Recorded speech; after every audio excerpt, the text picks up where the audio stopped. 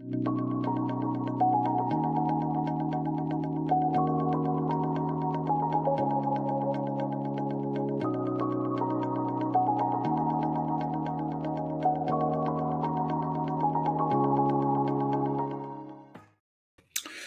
morning. It's Monday, April 28th. The multi-front war in the Middle East is now 570 days old.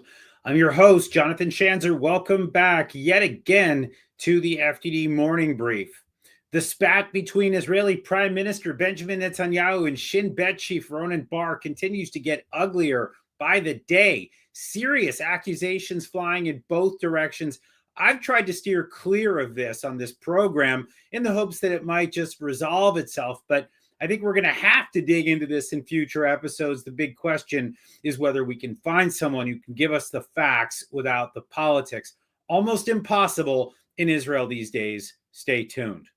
Our guest today is Batya Ungar-Sargon, an author and columnist for the Free Press. We caught up last week to talk about the foreign policy divisions inside the Trump White House, whether there is a Trump doctrine, how the administration is handling global conflicts, including Ukraine, Iran, China, and more. That's coming your way in just a few minutes.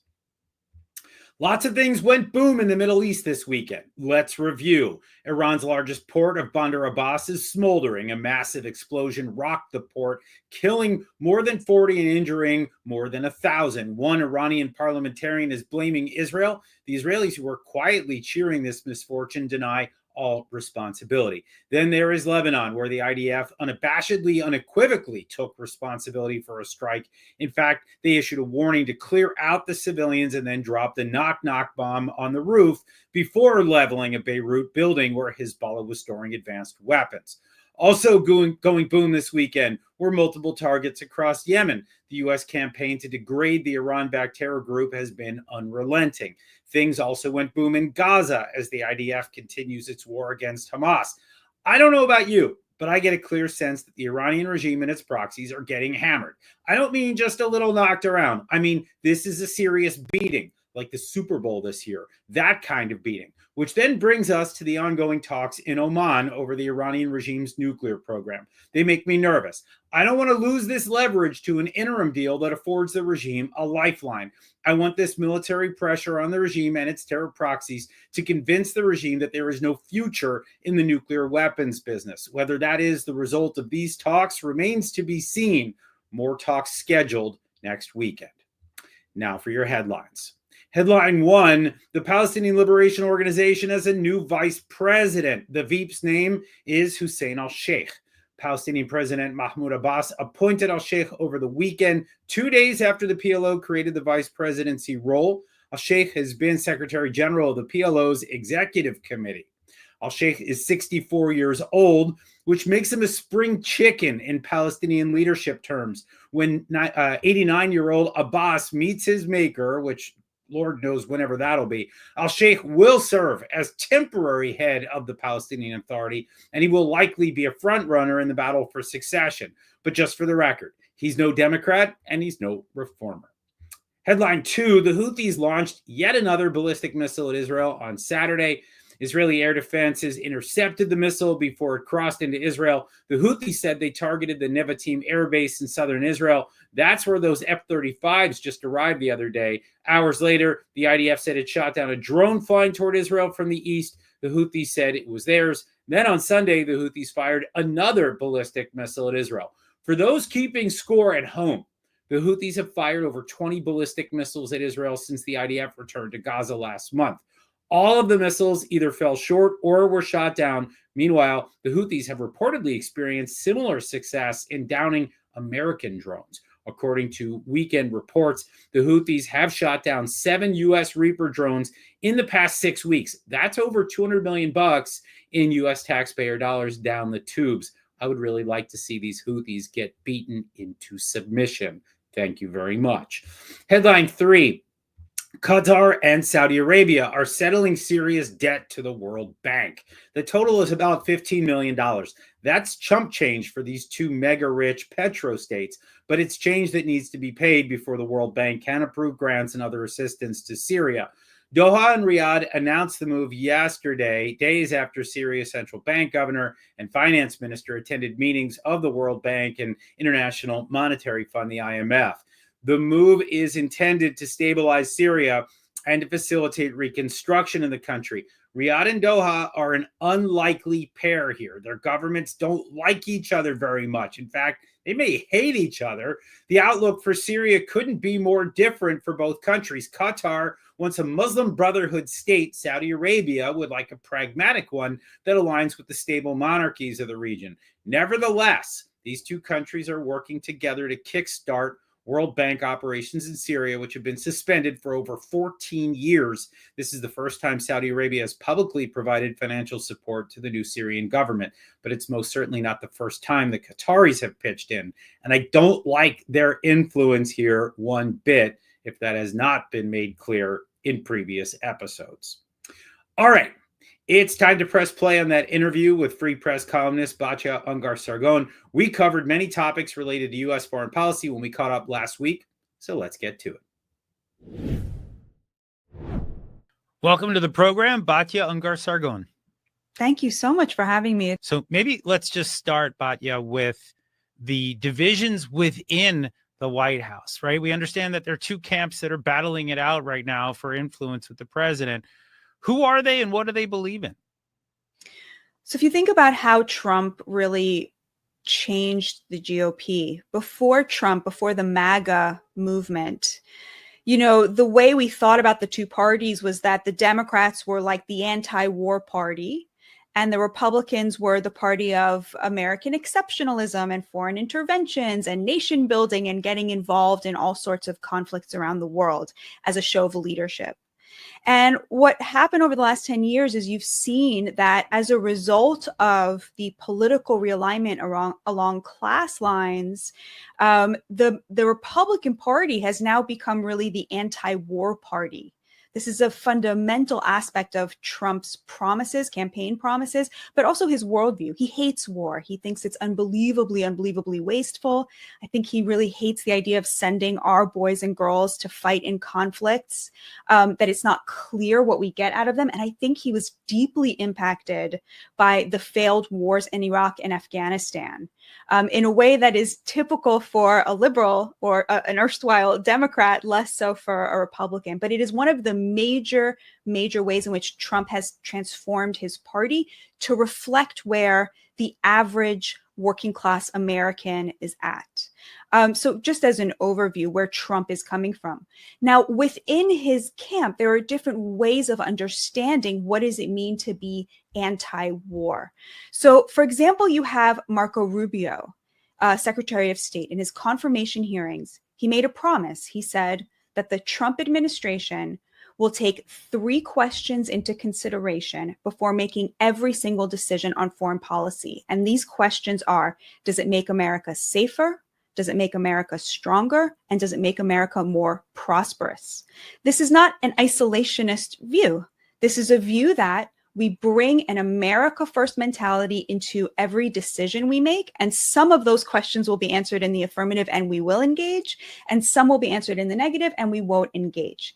You then have someone like J.D. Vance, who is much more of an isolationist. And I think you really saw that if you closely read that Signal chat that was leaked, you could see how Pete Hegseth was saying, Trump has given the green light. We're going to go and do this.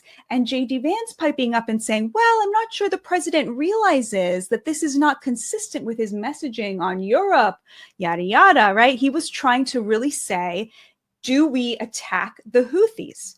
And of course, the Houthis have blocked a major trade route for the United States as well as for Europe, a casus belli for war, since these existed, right? But you saw that sort of real isolationism that puts Vance in the same camp as somebody like Tucker Carlson or Don Jr. That's really distinct from, I think, what you saw from Marco Rubio. So now let's start to look at the way that this is all playing out in practice. We actually have a bunch of areas that are conflict zones right now around the world. And we're seeing debates play out within these camps, within the Trump White House.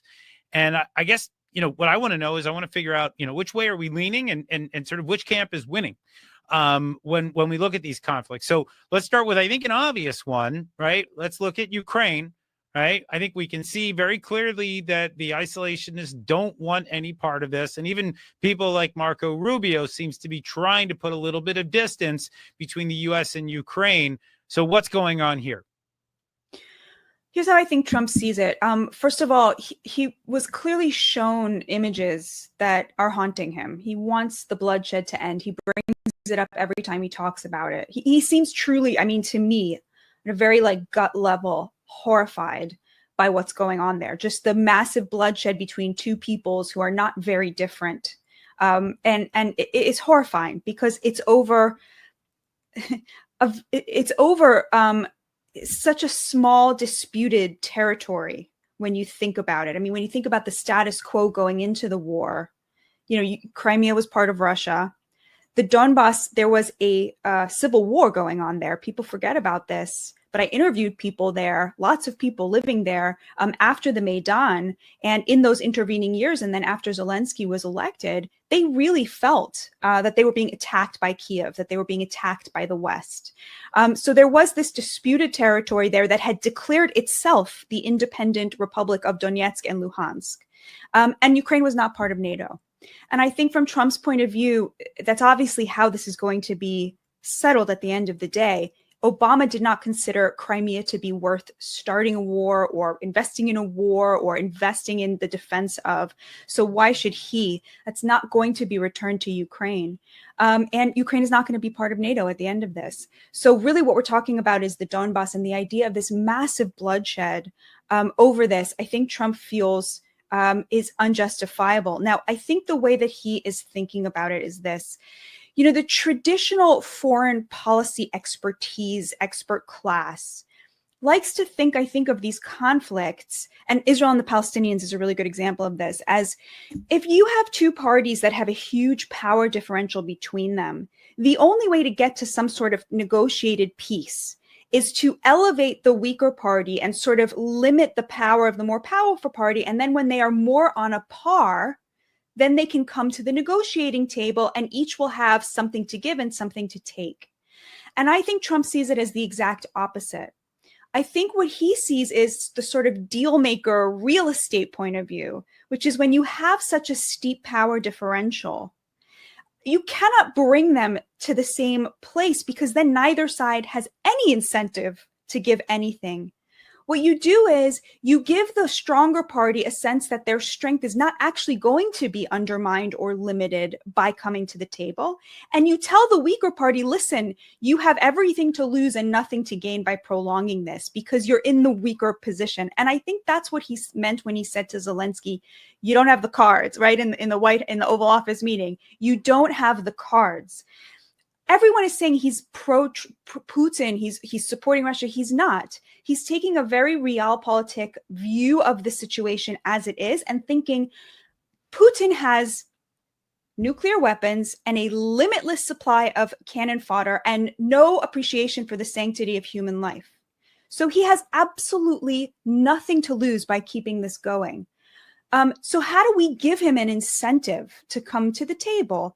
That's what I think Trump is doing with everything he says. I think he's bringing a very similar point of view to the Middle East, is saying to the weaker party, you don't have cards, so you have to compromise, and saying to the more powerful party, I'm not going to undermine you because there's a reality on the ground that I'm going to show you I respect, so you will have an incentive to negotiate. Okay, so let's take that to Iran right now. Okay, Iran is weak.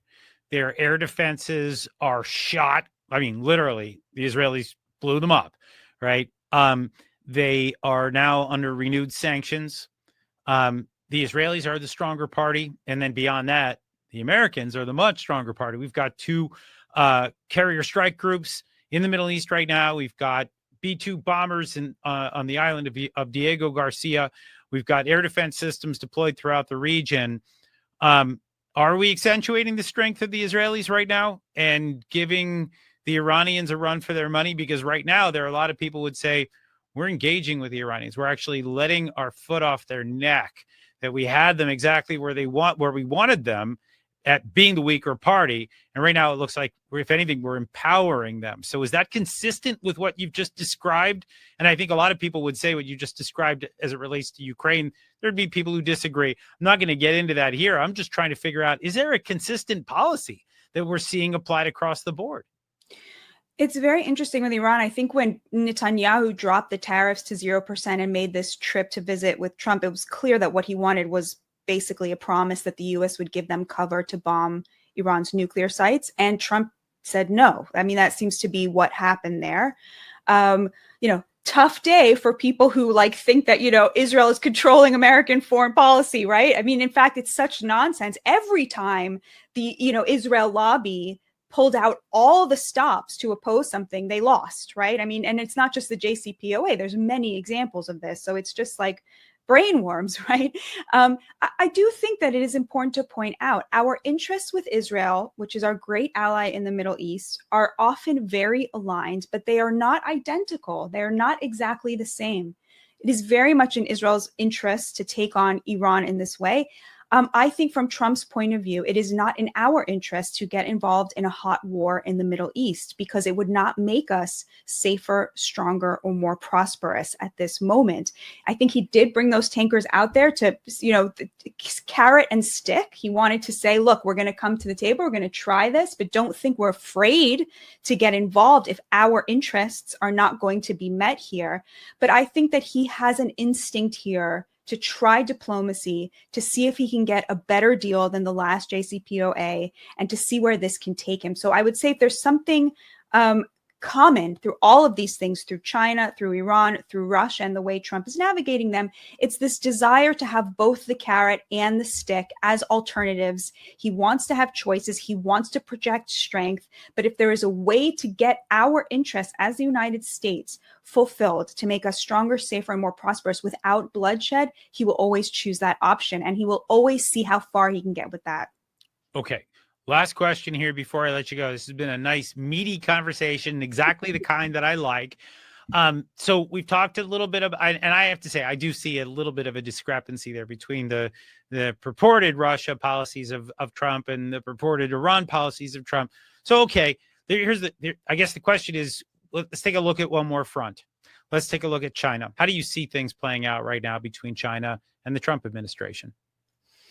So I think the reason that Trump sort of started out with these very hefty tariffs on Liberation Day and then sort of eased up on them. I mean, obviously he was looking at the bond market. He was looking at the response from Wall Street. He's not afraid to pivot, which is actually a very good quality in a leader if he thinks that something's not working. But I think effectively what he did was he's trying to organize a sort of soft global boycott of China's terrible business practices. He knew that in order to do that, he had to have allies. And, he looked at the way that Europe has treated us on trade for decades, and the way they treated us on NATO, and the way that they have taken advantage of the American taxpayer in so many ways. And he thought, he needed a show of force and a show that he was serious. And basically what he did was, he picked up a baseball bat and he said, to the global elites, that's a really nice stock market you got there. It would be a shame if anything happened to it. And it's such an amazing thing to have done. I mean, whatever happens next, like what that signified to average working class Americans, I think the contrast with Obama is really instructive. So in 2008, when he was still senator, Barack Obama really pushed through that bailout. He pushed it through the Senate. And then as president, basically oversaw this gift of $700 billion to the banks, including $30 billion in bonuses to the very crooks who had organized this economic crisis, while 10 million Americans lost their homes and got absolutely zero assistance from the government. It's very clear that as president, Obama chose Wall Street over Main Street. And what Americans just saw was the exact opposite. They saw a president willing to just absolutely give the finger to the entire economic global order on their behalf. I mean, that's clear. There's absolutely no other way to explain why Trump instituted these tariffs, except that he is sick of Americans being treated like the patsies. He's sick of the working class having this downward mobility that was instituted as a result of policies put in place mostly by Democratic politicians who were now, catering to an over-credentialed college elite as opposed to the manufacturing base that we used to be so proud of. So where does it go from here? The thing he really wants, I think Trump, wants two big things. He wants the Nobel Peace Prize, which, let's be honest, he deserves for the Abraham Accords. He would have gotten it if he was anybody else. And I think he really has an eye on Saudi normalization. I think he will see that as sort of like the completion of this circle. And that's why when people in Israel on the far right think that this is the moment for them to start making moves, like to annex the West Bank or what have you. I mean, that is such a misreading of where Trump is coming from. This is a president who wants to be seen as a peacemaker. And if the right wing in Israel misreads this moment as a moment to make him regret the reputation he has as being very pro-Israel, because they will do something extreme that will jeopardize Saudi normalization. I mean, I just cannot overstate what a huge mistake that would be for the Jewish people. But in general, I think he wants the Nobel Peace Prize, and he wants a freaking great economy that actually raises the bottom, the hardest working Americans who have been left out of the immense prosperity that we have generated over the last 50 years. So he's paying very close attention to what's possible. But as you said, we all knew that this was coming. It's just that there were no politicians who were brave enough to do it. I mean, you look at what he's facing for saying the most obvious things.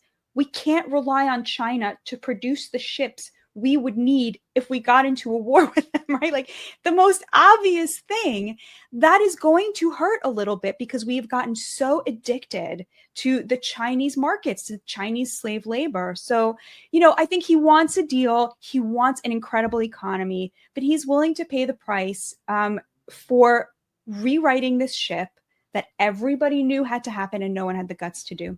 I want to thank you, Batya Ungar-Sargon, for joining us this morning on the FDD Morning Brief. Thank you so much for having me. All right, interesting discussion there. Not sure we agree on everything, but I got to tell you, it's important to hear what folks are saying about where our foreign policy is going, trying to figure out what that foreign policy is. Not easy lately. Here's what FDD has on Taffy today. My colleagues Peter Duran, John Hardy, Max Weig, and Nick Stewart teamed up for a policy brief that underscores the significant leverage the United States Congress has when it comes to Russia sanctions. 4 people on a byline is a lot by any standard, but that piece is very much worth a read.